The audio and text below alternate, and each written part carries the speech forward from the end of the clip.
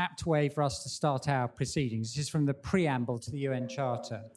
We, the peoples of the United Nations, determined to save succeeding generations from the scourge of war, which twice in our lifetime has brought untold sorrow to mankind, and to reaffirm faith in fundamental human rights, in the dignity and worth of the human person, in the equal rights of men and women and of nations large and small, and to establish conditions under which justice and respect for the obligations arising from treaties and other sources of international law can be maintained, and to promote social progress and better standards of life in larger freedom, and for these ends, to practice tolerance and live together in peace with one another as good neighbours, and to unite our strength to maintain international peace and security, and to ensure by the acceptance of principles and the institution of methods that armed force shall not be used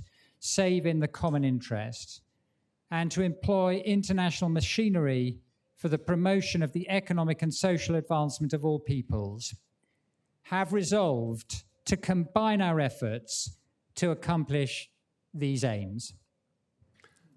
Thank you very much, Mark. I think it's fair to say that we've fallen collectively short of those ideals, but we do have to keep trying. I've noticed, by the way, that, well, not anymore, but Sir Roderic had his knuckles like that, and I had my knuckles like that, and I wasn't sure whether there was any significance to be to read into it, to be read into it. I don't know how many of you read Sir Roderic's Wikipedia entry, which is a good one. If you want to know him even better, and even more than you will hear this evening, then I do highly recommend his entry in the British Oral Diplomatic History Programme at Cambridge, which is readily available and easily accessible online. I was struck, for example, by the fact that the reason he went to Eton was that because he refused to go to Marlborough on the grounds that there were no doors on the loos. And it contains, his oral history contains many even more gripping aspects of his life. Roderic, I wonder whether we can start not with the loos, the superior loos at Eton, but with your time in the private office. I was in the private office shortly before you with two less agreeable foreign secretaries, and I think you had Lord Carrington for the whole of your time. I wonder, one of the things that intrigued me, because I was involved at the other end, was the process of moving Rhodesia from a state of unilateral and unaccepted declaration of independence to independence as Zimbabwe. And Lord Carrington had quite a role to play in the Lancaster House talks. How did that look from your end? If I can just touch on the oral history program, I had no idea that this would appear on the internet. Otherwise, I wouldn't have said half the things I did. And they're constantly being quoted back at me. Thank you, Kieran. When I was asked to be a member of the Iraq inquiry, I will get to your question in a minute. People in the House Commons who were debating the composition of the committee, which had been announced, had their researchers desperately try to find out something about these very obscure people. And they found in the very, very long interview that I gave to the oral history program, one sentence that I had uttered about Iraq. I can't remember what it was. I don't think it can have been hugely approving of what the British government did in Iraq. But curiously, this was quoted on both sides of the House. Some people saying it was a reason why I clearly favoured the invasion and therefore wasn't fit to sit in the inquiry, and some people saying it showed that I was clearly prejudiced against the invasion and wasn't fit to sit on the inquiry. The moral of the story is be very, very careful when anybody comes at you with a microphone, and I've now got a microphone on. I was incredibly lucky to work for two politicians, neither of whom had been to university. And I never had any political affiliations of my own, and neither of them ever made the slightest attempt to find out what my politics might be. And the first one was Peter Carrington, and then the second one years later was John Major. They're both extremely clever men. Carrington was a delight. He went to great lengths to conceal his cleverness and to pretend to be,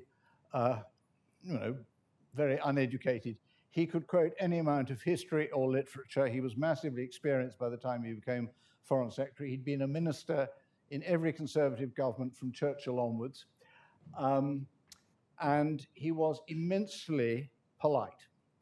And that made him very easy to work for, and a little bit of a contrast to his predecessor, who was not the easiest person for whom Kieran worked. He was also very courageous. And this really brings me to your question about Lancaster House, because by 1979, successive governments had been wrestling very unsuccessfully with the whole problem of ending this relatively small conflict in Rhodesia, as was then called. And talks conducted by Harold Wilson, the David Owen Initiative, a whole series of other initiatives going way back to Alec Hume, had failed. And Margaret Thatcher was determined, as was Peter Carrington, that this question, which loomed very large in our relations with the Commonwealth, did us no good at the United Nations, should not continue to occupy such a large space in our foreign policy. So one way or another, it needed to be settled. They had very different ideas about how to settle it. Margaret Thatcher really wanted to recognize the internal settlement that had followed the elections that Ian Smith had held with Bishop Muzorewa, who remembers him now, which actually, hadn't been a totally unfair election, except that the patriotic front parties and Nkomo and Mugabe had not participated in it. So it wasn't going to end the conflict. Carrington first had to negotiate a change of tack by Margaret Thatcher, which was never that easy, and persuade her that she could not just recognize the internal settlement and be done with it, that wouldn't work. So that was his first battle. Then he had to get people to the conference table. And I'd only just started working for him when the conference began in the autumn of '79. Everybody expected, that this was going to last for no more than a couple of weeks. Most people expected that it would fail. Carrington, indeed, was very pessimistic about the chances of success. Now, all of his life, he'd wanted to be Foreign Secretary, certainly all of his political career. He'd been Foreign Secretary for 6 months. He was under attack from the right wing of his party for inviting these Marxist terrorists like Mugabe and Nkomo. Nkomo, very wrong way from being a Marxist, but so-called, to London to sit at the table. And they were gunning for him. And he reckoned that he was not at all certain of Margaret Thatcher's support if the thing went wrong, because she was pretty close to the people on the right of the Conservative Party who were viciously opposed to Carrington. So he thought there was a very high chance that the thing would fail and he would then be forced to resign after 6 months from the job he'd always wanted. But he nevertheless was determined to give it a go. So there was a lot of political courage involved in doing it. And then he was incredibly astute. I mean, both of these two politicians, John Major, like Peter Carrington, were superb negotiators.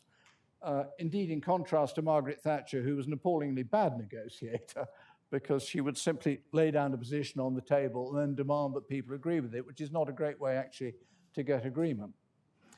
Carrington looked at what had gone wrong with all the previous negotiations. They'd all had very, very complicated sets of proposals and plans and very elaborate plans for post-independence Rhodesia and the post-independence army and the rest of it. And he decided to do it the other way around. He put a lot of pressure, with Margaret Thatcher's help, just to get the people to the table, and they came. He then made it very clear to them, to Mugabe, Nkomo, Smith, Muzorewa, the generals with Smith, who increasingly departed from Smith, Peter Walls in particular, the commander of the Rhodesian forces. But Carrington made it clear that we were going to end up with a settlement, and anybody who walked out of the room was walking out of a settlement, but he would continue to the end with those who remained. So there was a big premium on leaving, which is certainly what Mugabe was very keen to do. Mugabe did not want to be trapped into it. And then Carrington, with very active help from Margaret Thatcher, got on to the frontline states, and in particular to Kenneth Kaunda and to the Mozambicans. Kaunda because he was hosting Nkomo's movement, and the Mozambicans because they were hosting Mugabe's. And they were desperate for the war to end. It was ruining their countries.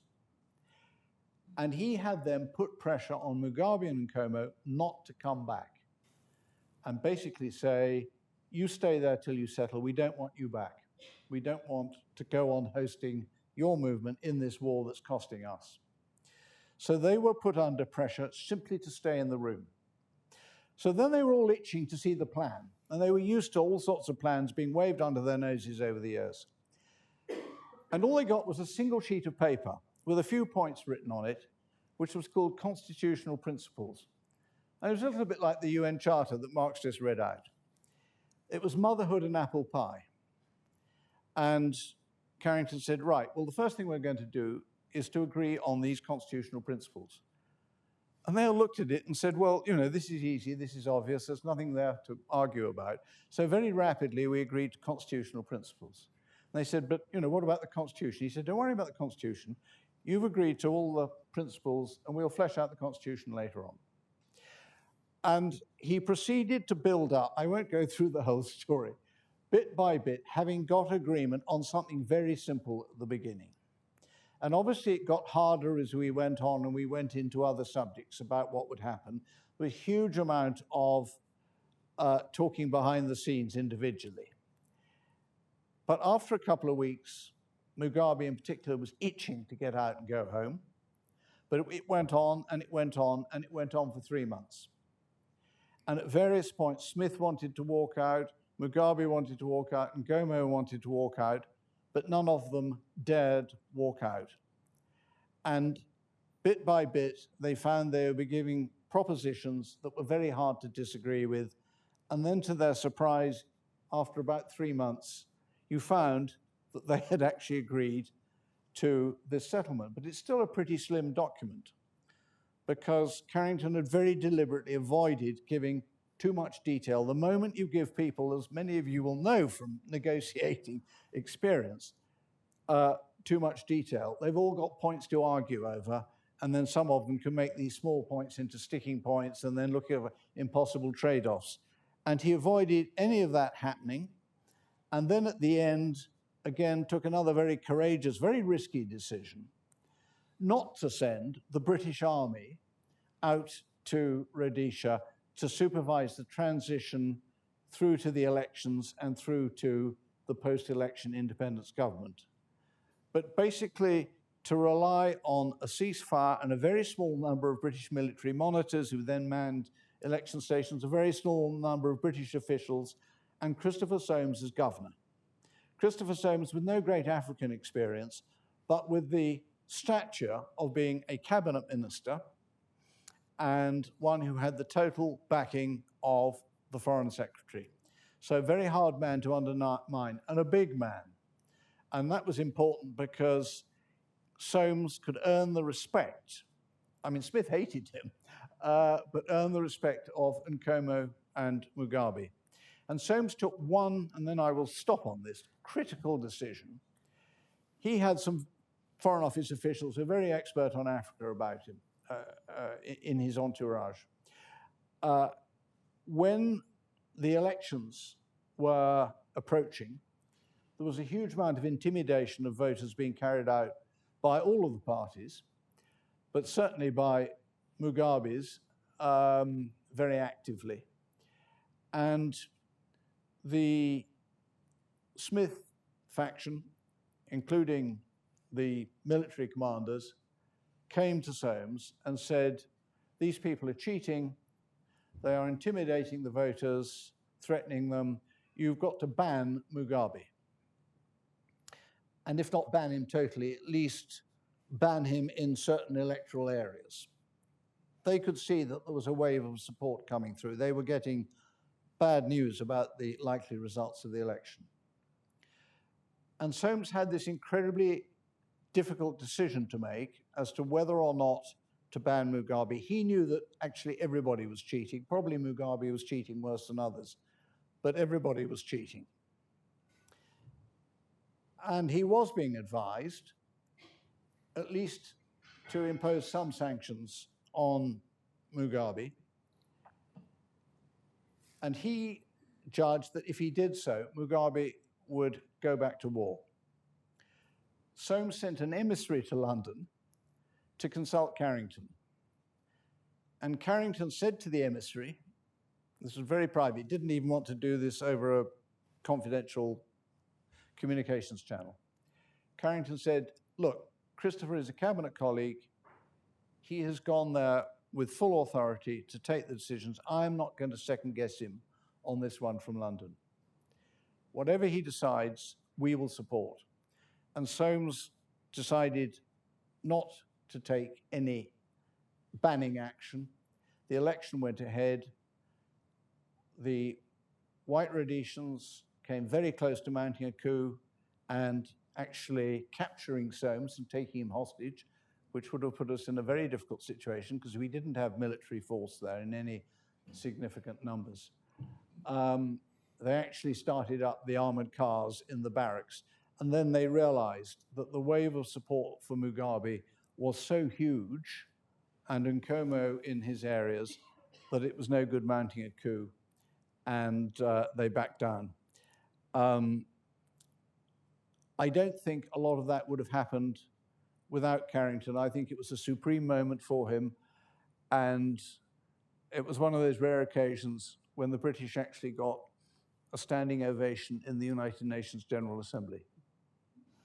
Can I just say that I was working with Lord Soames at the time, and there was a split in Government House, and the people it brought home to me that the people who negotiate a settlement should probably not be involved in implementing that settlement, because they have made deals with one side or another. They made, I think in this particular case, promises had been made to the whites to get them over the line, yeah. And these were promises that they honestly couldn't implement. And I used to see quite a lot of Soames because I was young and he found me amusing for some reason.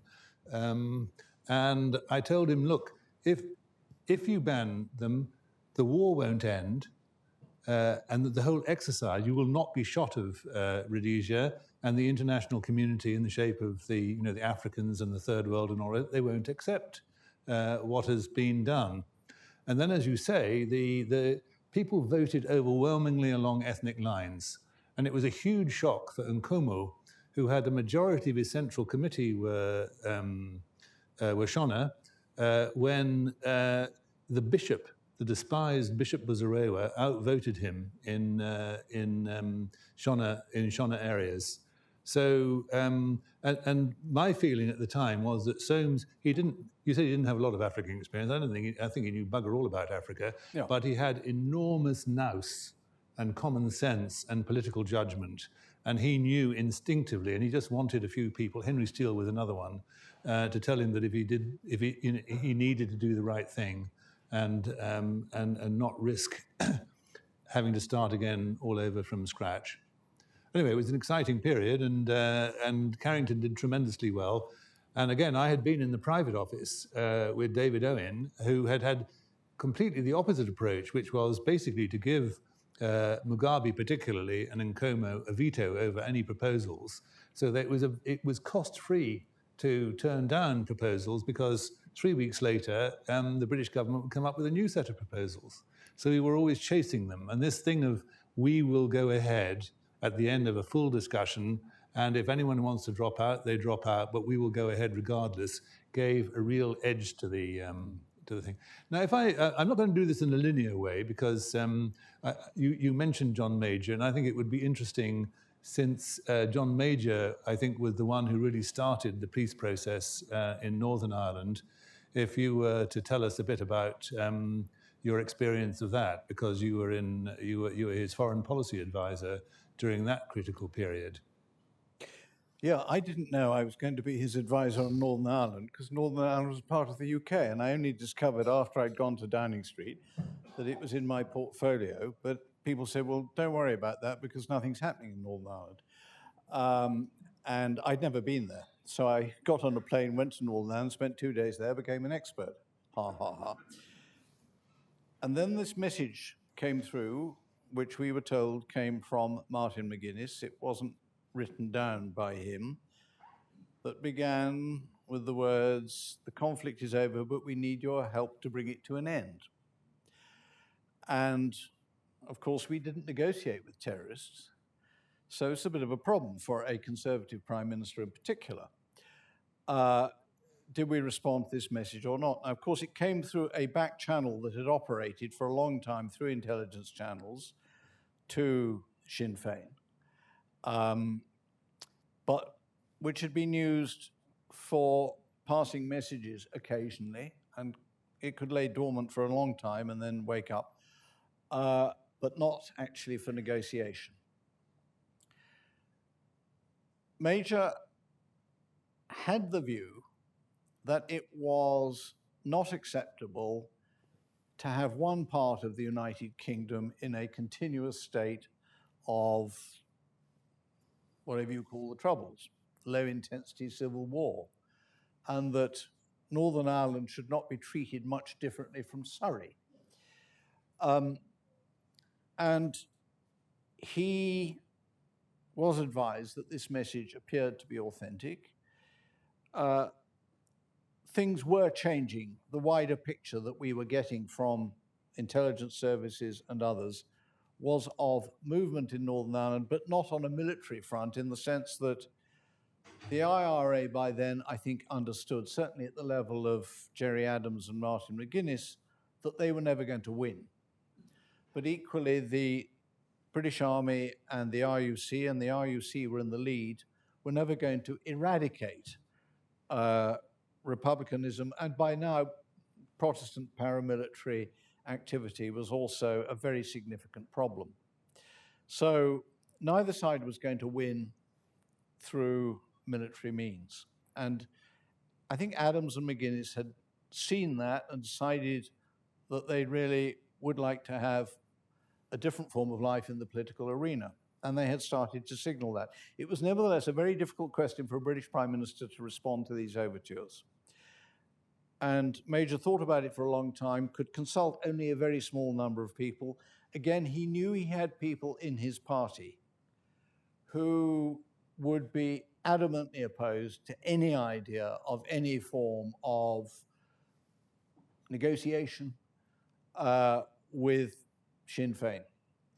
And that this was very high-risk territory for him at a time when he'd taken a huge hit only a year previously over Black Wednesday. But he nevertheless decided to go into it and to work, as we did in the course of that year, with the government in Dublin. And it helped enormously that Major and Albert Reynolds were personal friends. They couldn't have been more different. Reynolds they'd become friends when they were both finance ministers, and they'd met a lot in EU meetings and so on.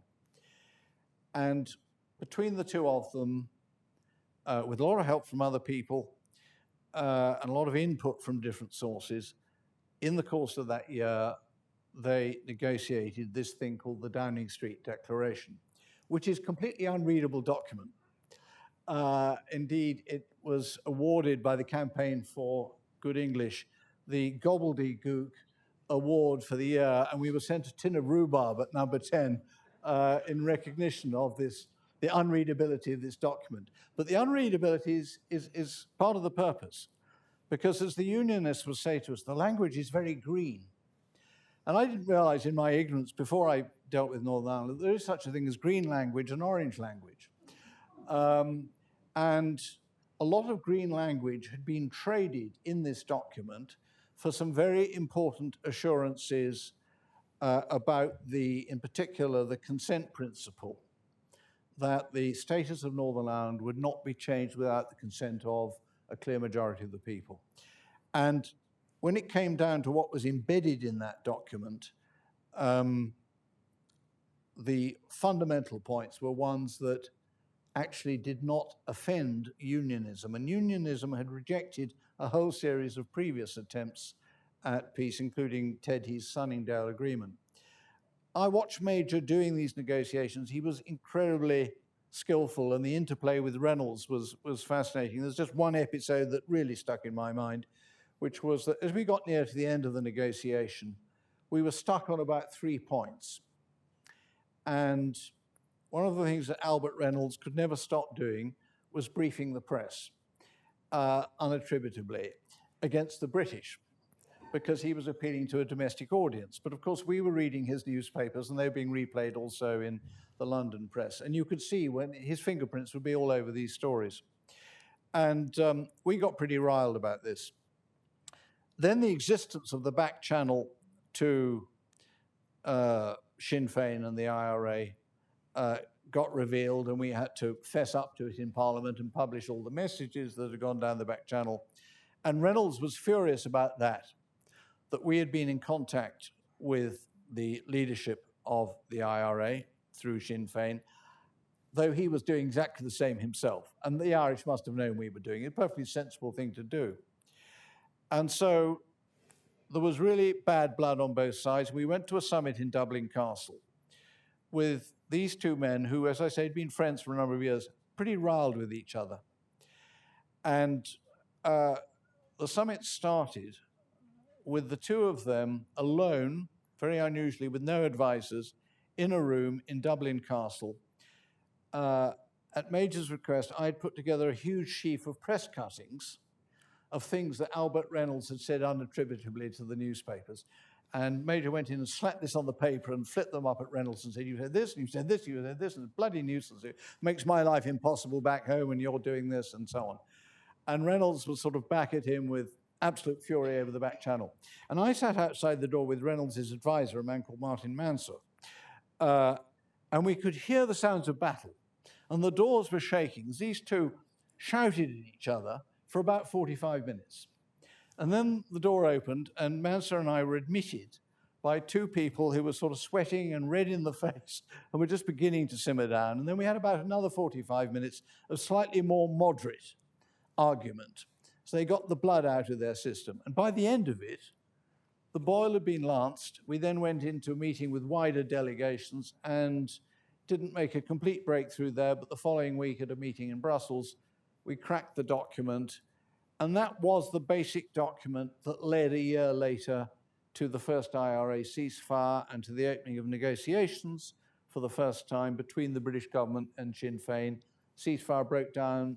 The ball was picked up by Tony Blair, and he, advised brilliantly by Jonathan Powell, I think did things that by that stage would have been impossible for the Conservative government to do. So I think the change of government was instrumental in this and landed the Good Friday Agreement.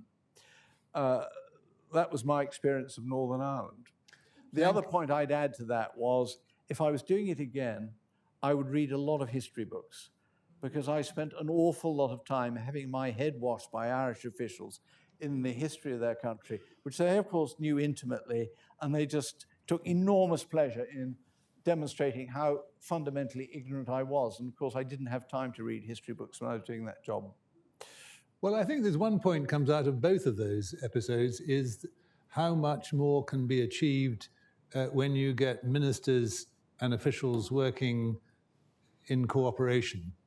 And one of the things about Britain today, if I may say so, is the way in which there's a kind of tension and an adversarial relationship almost between government ministers and officials. And again, with David Owen, it wasn't always very different. But there are lessons there that if you work together, it's not that that ministers are pushovers or anything like that, like as in yes minister, but just that there is a respectful, there's an acceptance that you both have common ends, really.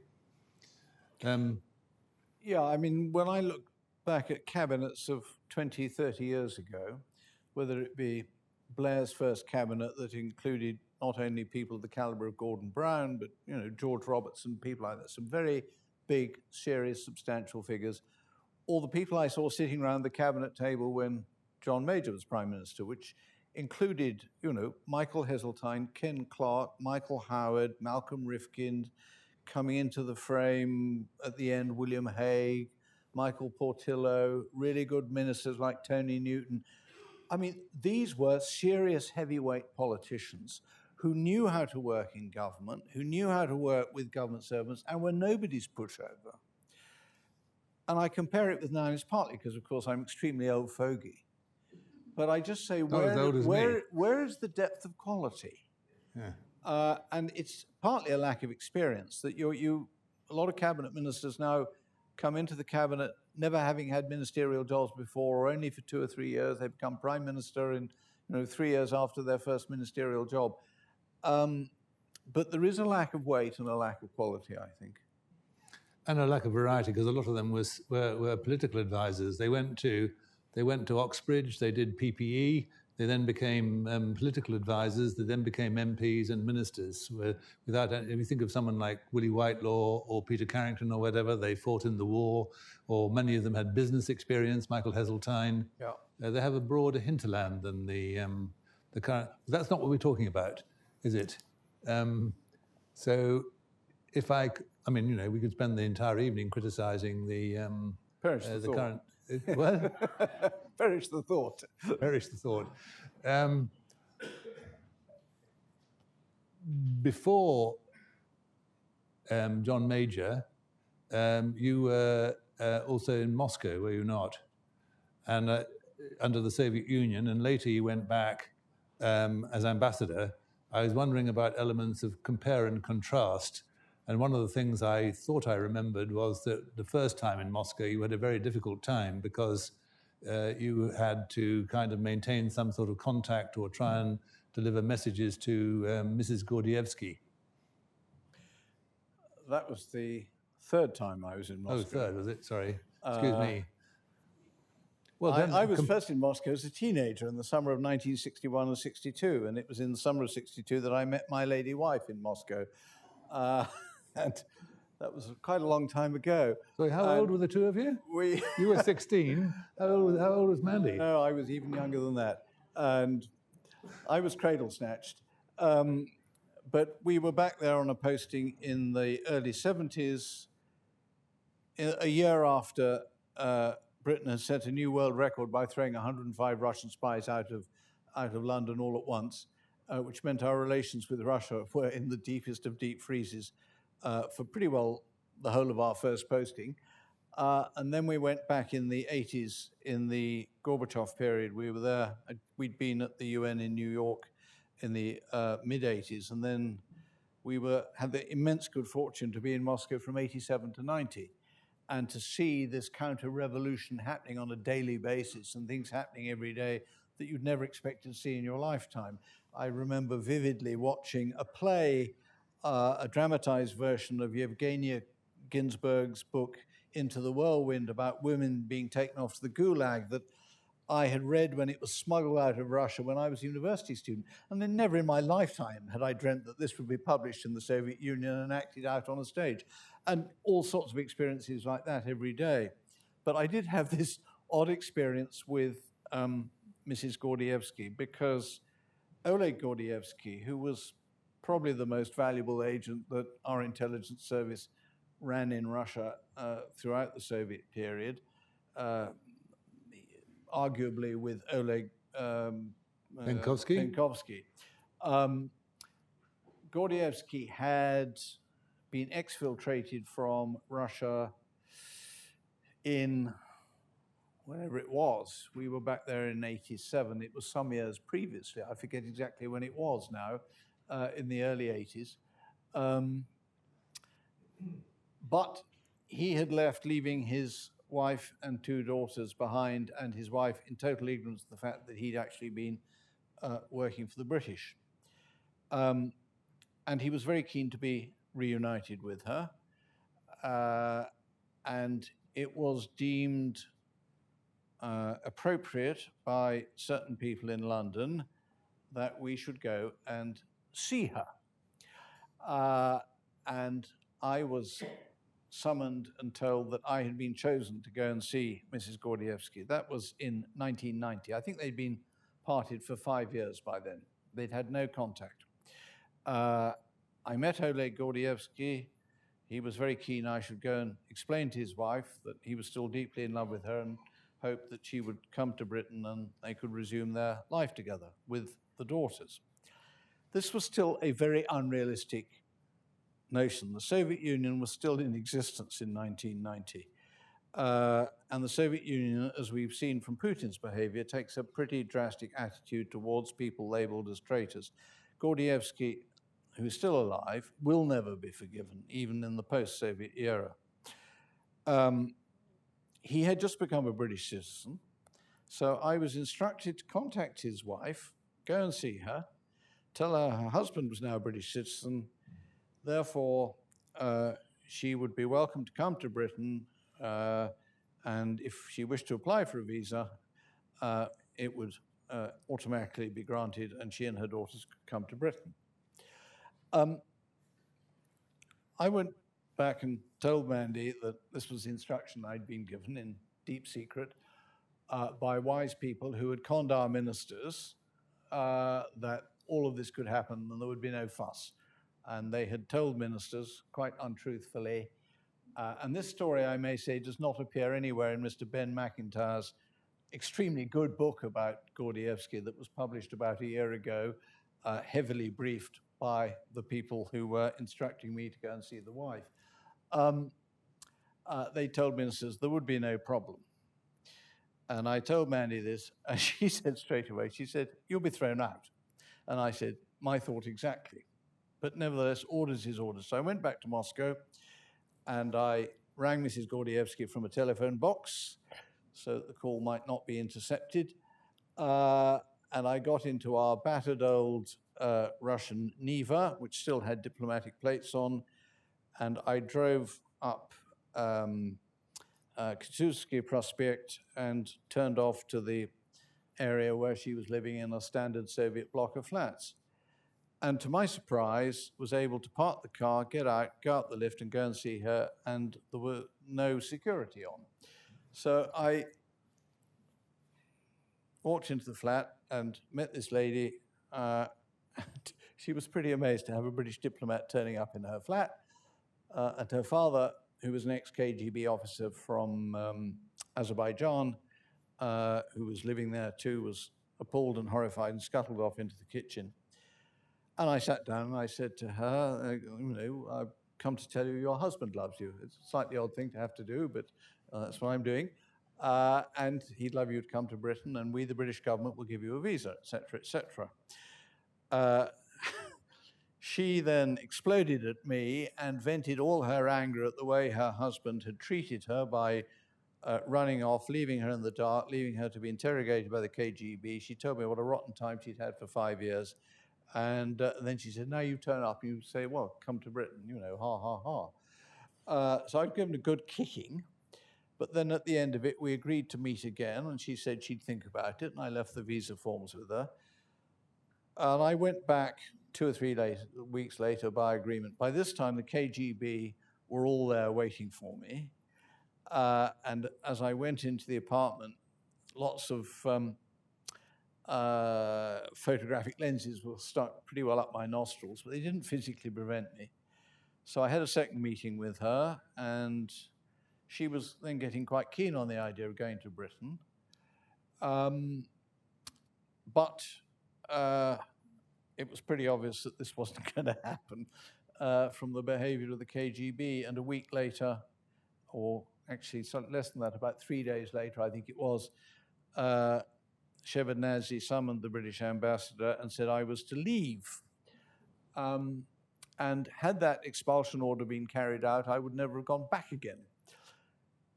it was inconvenient to have a high-profile expulsion in 1990 at a time when we were getting very close to Gorbachev. He needed a lot of Western help. Margaret Thatcher was due to come to Russia. Ronald Reagan, he had a meeting going up with. It was just really bad time for a big spy scandal. So a negotiation happened and the order was sort of revoked, and the British government said, look, let's make this a slightly longer than 2-week affair. We promise that he'll leave within 6 months of this date, which is when my posting was due to end anyway. And so we left after 6 months, but we were not expelled, and therefore we were able to go back in the year 2000 to a country that was no longer the Soviet Union, but that would not have readmitted me if we had been expelled. I mean, the sad bit of the story was that there could be no further contact with Mrs. Gordievsky in that period. So we'd raised her hopes and let her down very badly. And I felt very bad about that, and so did my then ambassador, Roderic Braithwaite. But when the coup happened in Moscow in 1991, August, after the coup had failed, a new head of the KGB was appointed to replace Khrushchev, who'd been one of the masterminds of the coup, Bakatin, who was former interior minister, much more reasonable man. And Roderic Braithwaite, who was the ambassador at the time, went straight into him. Knew he had to move quickly because the KGB were in disarray because they'd been completely discredited by the coup. And he went straight in and said, look, we gave very strong support to Yeltsin in the coup. Prime Minister was ringing him up and all the rest of it. We were the first people to come out on his side. You owe us one.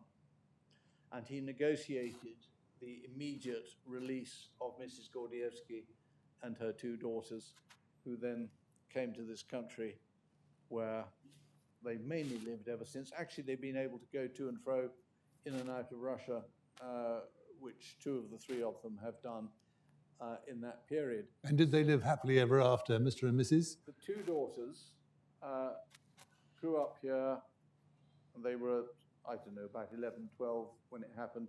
One went to Oxford, one went to UCL.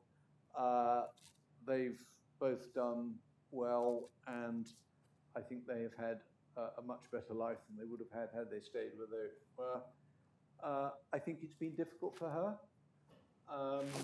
and the remarriage with Gordievsky didn't ultimately work, but we have actually seen her recently. I don't think she has deep regrets about what happened. She was in a very difficult situation.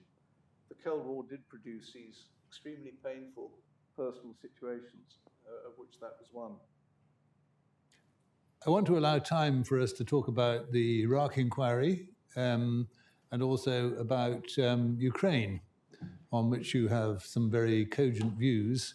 But let me ask you just if there's anything you want to say about your time as ambassador in Russia, in Moscow, and also your time as permanent representative to the UN in Geneva, since this is a gathering of former UN officials. And in connection with the latter, in New York, there is quite a strong and vigorous group of ambassadors who were previously ambassadors to the UN in Geneva, and you would have been a very natural. Is it not working? I think it's in your lap. Right. So Yes. I'll carry on talking until this gets fixed. Talking. Why didn't you want to go back to? You would have been a very natural candidate to go back to the UN in New York. Did your time in Geneva put you off the UN, or what? No. Our time in Geneva was wonderful.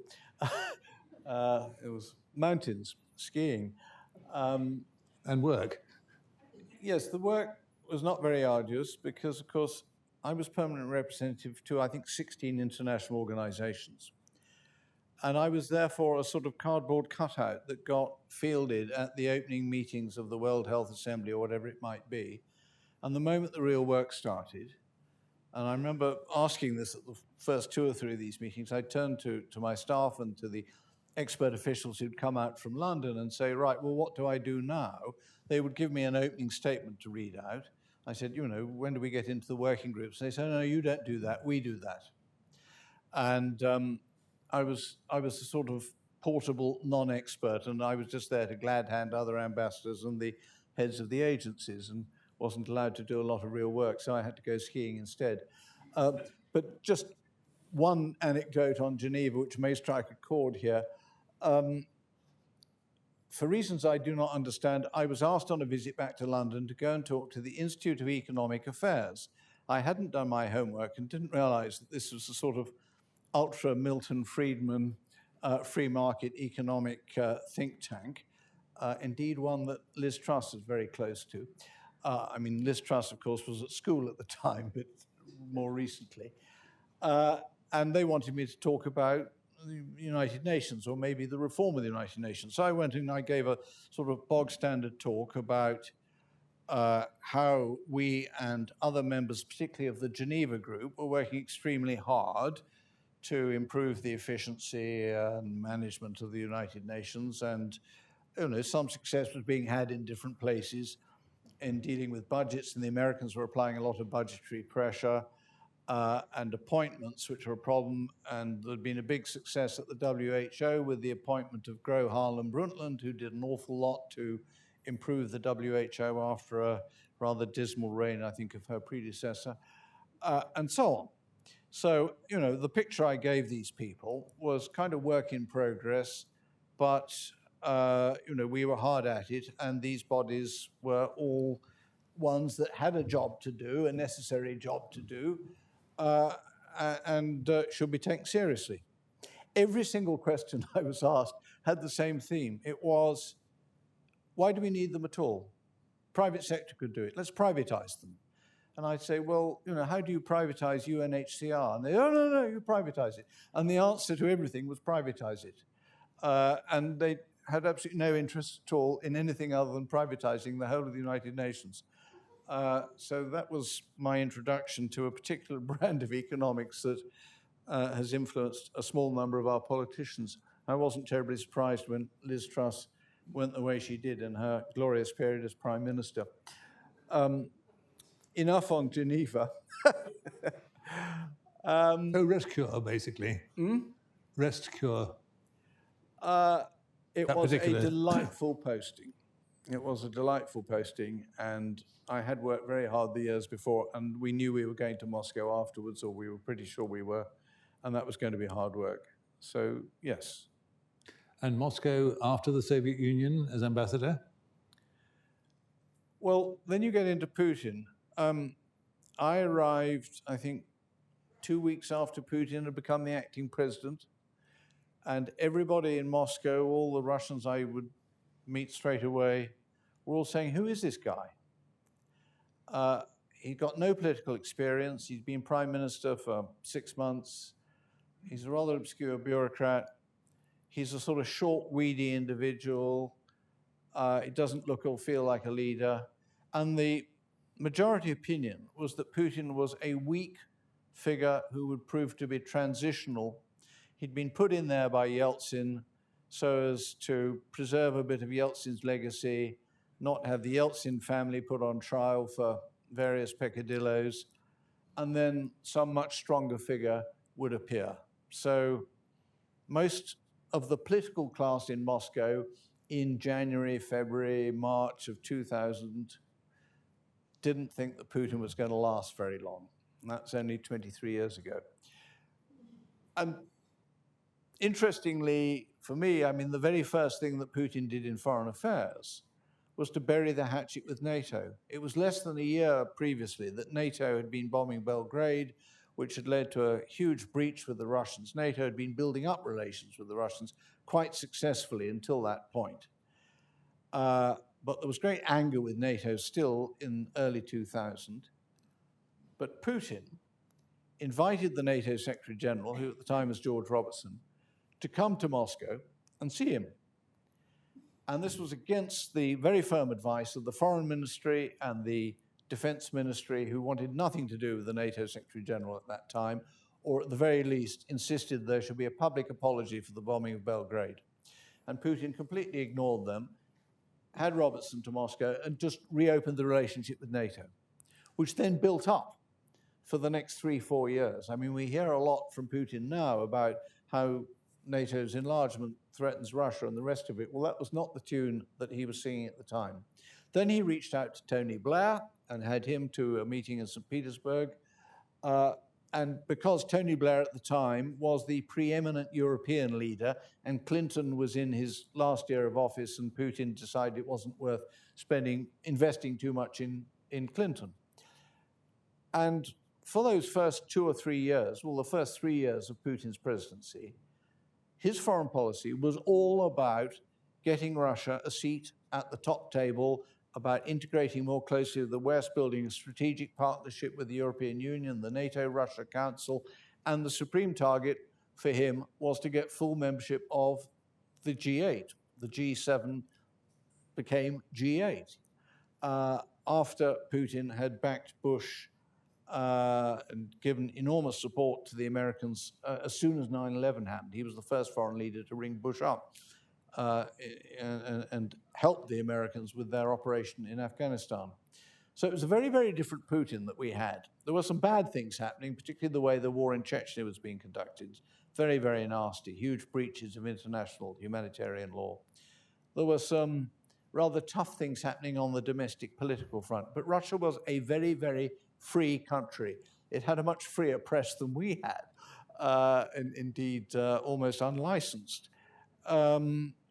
And it was modernizing pretty fast. The whole standard of living. I was amazed when I went back in 2000, and I made a few visits in the intervening years, by how much life and conditions of every kind, housing and food and dress and so on, had changed in a decade.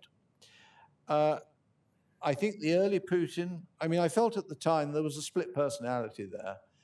You could see at times clear glimpses of the ex-KGB officer with very, very sort of dyed-in-the-wool views about the outside world, a degree of sort of anti-Western, anti-liberal paranoia. And that was kind of 10 or 20% of Putin's brain. And the other half, or 80% of Putin's brain initially, was a rational pragmatist who didn't really understand economics, which he doesn't. And he's a man of sharp intelligence, but absolutely no intellect and no cultural hinterland at all. But a man who had brought some very sophisticated reformers into his government and backed them. And it was actually a modernizing reformist regime that he headed, given license to. Now, 23 years on, the balance has totally swung, and there's probably no more than 10% of Putin's brain left that could be described as rational and pragmatic, if that. And the paranoia has taken over. And this has happened incrementally over a period of Why? time. Is there any particular specific reason or a combination of reasons? I think there are two reasons led to the sharp inflection point in Russia around 2004. One was the oil price. The oil price in 1998, when the Russian economy crashed pre-Putin, was about $10 a barrel. When he came in 2000, it was about $17 a barrel. And Russia still owed an awful lot of money to the Paris Club. And indeed, we kept being lobbied by the Russians for forgiveness of their debts. And as the oil price climbed through 20, 30, 35, 40, suddenly Russia went from being poor to being rich. So towards the end of Putin's first term of office, suddenly they were rolling in money. And there was, this bred a certain arrogance. It was, we're back, we're strong again, we don't have to listen to you guys. And the IMF and others were told, well, they could take a running jump. We don't need that anymore, and we'll do it our way. And our way, of course, for Putin and the people around him was, well, there's all this money sloshing around, particularly in the oil and gas industry, all the extractive industries. And hey, we'll help ourselves to that. And so this grand larceny began. that has now reached the point where about 80% of the Russian economy now is either nationalized, and they renationalize bits of it, or a large part of it is not nationalized, but is quasi-nationalized because it is controlled by Putin's friends, answerable to Putin, and it has a preferential, indeed exclusive, relationship with the Russian government. So the economics were part of it, the greed, the theft, this extraordinary level of corruption. And he must be, I would have thought, the most corrupt leader in terms of what he's amassed in any country, anywhere in history. And the other thing that really changed was the Orange Revolution in Ukraine. Putin had personally involved himself in the Ukrainian elections in 2004. He had sent his political team down to help Viktor Yanukovych. Putin himself went to Kiev just before polling day for a grand parade that was meant to be commemorating some anniversary, when they actually moved the anniversary, so it came just before the election, so that he could bless Yanukovych as the candidate. And of course, in a rigged election, Yanukovych appeared to be elected, then the Maidan happened, and the election was rerun, and Yanukovych lost the second time round in a fairer election. That was a massive humiliation for Putin. His preferred candidate had been overturned by an upsurge in democracy. This was quite frightening. People in Moscow started saying, well, maybe there'll be a Maidan on Red Square. And I think that Putin's KGB pals came to him and said, look, you cozied up to all those Western leaders, and you thought that was the way forward for us. But they were all backing the Orangites. Indeed, again, in the sort of paranoia of the KGB, the Orange Revolution was basically organized by the CIA and Polish intelligence, and it was all a put-up job. The same sort of stories they tell themselves about Ukraine now. And Putin was so angry that he wouldn't take any phone calls from Western leaders for a while. His staff told me that when they came into work in the morning, well, when Putin came into work in the morning, they'd all hide under the desk because he was just so angry and humiliated. And again, the political class in Moscow were all saying, he looks really wobbly. Maybe he won't last till the end of this term, that presidential term running to 2008. And it was the worst moment of his life. And ever since then, he has been absolutely obsessed with regaining control of Ukraine, and obsessed with the notion, going back to the first 40 years of his life, spent in the KGB and before, that the West is hostile and is out to do Russia down. And you now get this every time he opens his mouth, including in his speech today on Red Square at the parade. And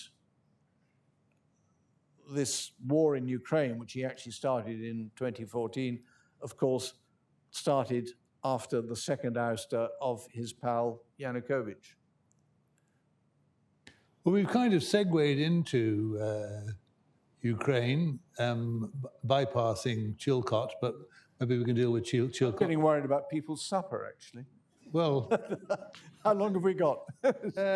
Well, we're slightly overrunning, but I think there must still be an appetite. No, you're still enjoying it. I think you must be starving and dying for a drink. Yeah, I think it sounds to me like Sir Roderic is dying for a drink, but I'm afraid you'll have to endure a little longer. How are things going to end in Ukraine? Is there a prospect of some kind of restoration of stability? And secondly, a question that bothered me a little bit: is it all the Russians' fault? Did Western policy contribute in any way? Did the West overreach in terms of NATO enlargement, or encouraging the Ukrainians to think they could be full members of NATO or members of the European Union, or what? So whither everything? Professor John Mearsheimer of the Chicago School of International Relations has got a thesis that some people are attracted by, that it is indeed all the West's fault, which is complete and utter rubbish that could only be produced by a professor of international relations. Who describes himself as a realist, by the way. Yeah, they call themselves realists. They're the exact opposite. I believe that this war would be happening if NATO didn't exist. It was not caused by NATO. It was not caused by NATO enlargement. Yes, NATO made one big mistake in the Bucharest summit of 2008, but this war is a result, as I said before, of Putin's absolute determination to have the power of veto over Ukraine, which equally applies to Belarus, to the extent possible to other former Soviet territories. But those are the two that really matter. And that's just irrespective of NATO. How is this war going to end? Well, the first thing is not soon. I mean, we're about to see a summer of grisly and hideous fighting. Sometime soon, the Ukrainian long-heralded counteroffensive is presumably going to begin, but the casualty rates are enormous. The estimate is that the Russians have now lost up to 100,000 dead. Well, bear in mind that in 10 years in Afghanistan, the Soviet Union, which was nearly twice the size of Russia, lost an estimated 14,000 dead. So in 15 months, you're at a vastly higher figure. This is a very high rate of attrition. And the Ukrainians have lost an estimated roughly the same.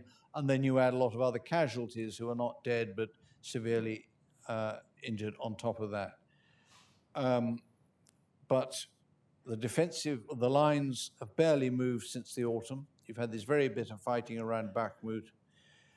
The Ukrainians are certainly not going to stop until they have pushed the Russians back out of their territory, at least to where the Russians were before February last year, though the Ukrainians would put it differently. They are going to regain all of their territories. By this autumn, it's possible there will be a breakthrough by one side or the other. It looks unlikely. It is possible that the morale of the Russian forces will collapse and things will change in Russia. One must hope that would happen. But the most likely scenario is that there will not have been a massive breakthrough by one side or the other by the autumn, but by the autumn they will both be exhausted. They will have lost so many men, they will have used up so much of their materiel that the intensity of the conflict cannot continue at that level. And clearly there are a lot of people who are waiting for the moment, which, as the UN Secretary General, I think, said today, is not now, when you can come in and try to broker some kind of peace. And I would expect that as we reach this point of exhaustion, we'll see a lot of efforts being made, whether it's by the Chinese, the Turks, UN Secretary General, you name it, or some combination thereof. That could lead to a ceasefire. It could lead to some form of armistice. I think that we're going to see, at the very least, a significant lowering of the intensity of the conflict. So a ceasefire, de facto or de jure, is quite likely to happen simply because of exhaustion. But that's not a peace settlement. And I cannot see the Putin regime, Putin or the people around him, accepting what will be the minimum conditions for a peace settlement that is acceptable to Ukraine, which is Russian irrevocable recognition of the sovereignty and territorial integrity of Ukraine. It is Russian acceptance of Ukraine's right to defend itself, and therefore acceptance of whatever security measures are put in place to protect Ukraine in the future. And then it is an agreed demarcation of borders, which would need to be monitored at least for a number of years by some form of international monitoring force, probably from the UN. And I just don't think that Putin is ever going to accept that. Putin is digging in for a long war. Putin thinks that he can outlast the resilience of the West, the willingness of the West to continue supporting the Ukraine in the way we can, and that he can gradually wear the Ukrainians down, not least by continuing to fire missiles and drones at them, a policy which has been incredibly unsuccessful. And he's probably hoping and praying that Donald Trump will come back as the American president and that American policy after the next election will change. So I think Putin thinks he's in it for the long game. But the Ukrainians, after all that has happened, are never, ever going to give up. Even if the Russians conquered a lot of their territory, they would never give up wanting to get that back. So I think a peace settlement, a genuine peace settlement, and you talked about bringing back stability to our continent, can only happen after Putin. Now, this is a pretty pessimistic analysis because Putin is 70 years old and didn't look too ill as he stood on the Lenin mausoleum earlier today. He's not immortal. The people around him are mostly of the same age. And at some point in the next probably decade, maximum 15 years, but let's be optimistic and say 10, there will be a generational change of leadership in Russia, not to something cuddly and liberal democratic, but somebody else will come in unless the country collapses, which I do not expect. There are people predicting the disintegration of Russia, which I just don't think is going to happen. And at that point, the successor generation leadership will, I think, look at this and say, this is costing us a lot, we're gaining nothing from it, it was Putin's policy, we can blame it on him, and they will go for a deal. And then we could get a peace settlement. And at that point, we will need to start the long and painful process of reconciliation. This is going to be much harder because we can't just leave Russia, this vast country with 120 million Europeans living in it. I mean, Russians west of the Urals.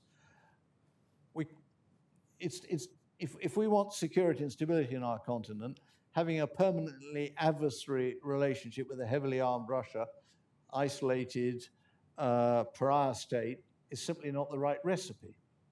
So somehow or another, we're going to have to reestablish a means of coexistence. It'll take a very long time, and then cooperation. And just to sort of continue my pessimistic theme, this is going to be much harder than the end of the Cold War because of two reasons. One is that for about the last 20 years of the Cold War, in a very bumpy and erratic way, we were engaged in a process of détente, essentially of convergence between the Soviet Union and the West. Helsinki Final Act, and particularly obviously in the Gorbachev period, but building up trade and contacts of different kinds. For the years since 2004-05, we have been diverging ever more widely from the course of the Putin regime. So that's the first reason why reconciliation is going to be more difficult. And the second reason, much more important really, is that this war, with all these casualties, with all the atrocities, has developed a depth of bitterness that did not exist at the end of the Cold War, because the Cold War ended without us and the Russians actually fighting. We'd fought proxy wars in different places. But by the end of the Cold War did not end as a war. But overcoming the legacy of this conflict is just going to be a much longer process. So I think that we have to realistically accept that we're looking at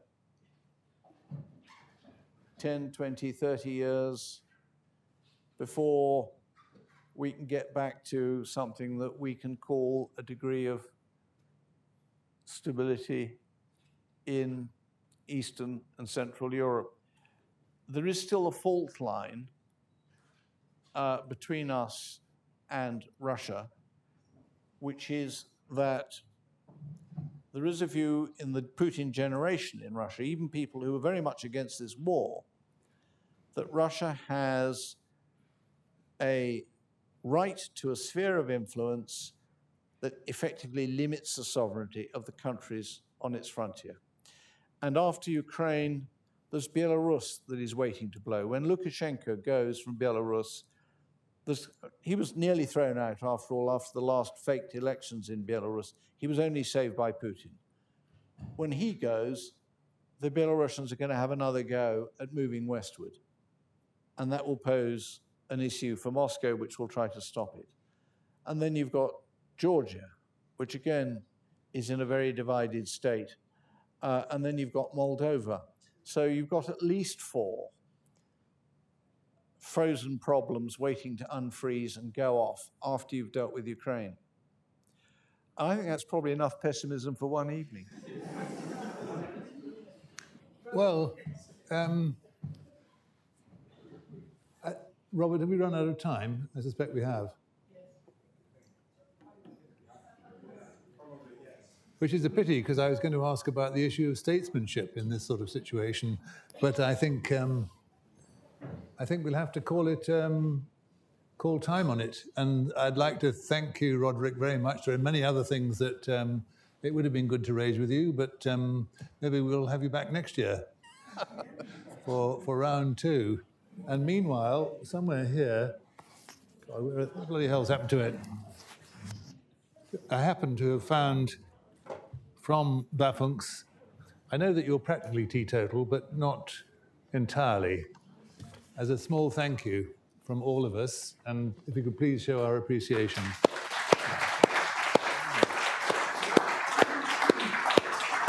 Thank you very much. No problem. And now I think we can all eat. Have I got one? Yes. Oh, here it is. Thank you very much. And we never got round to Chilcot. We were never going to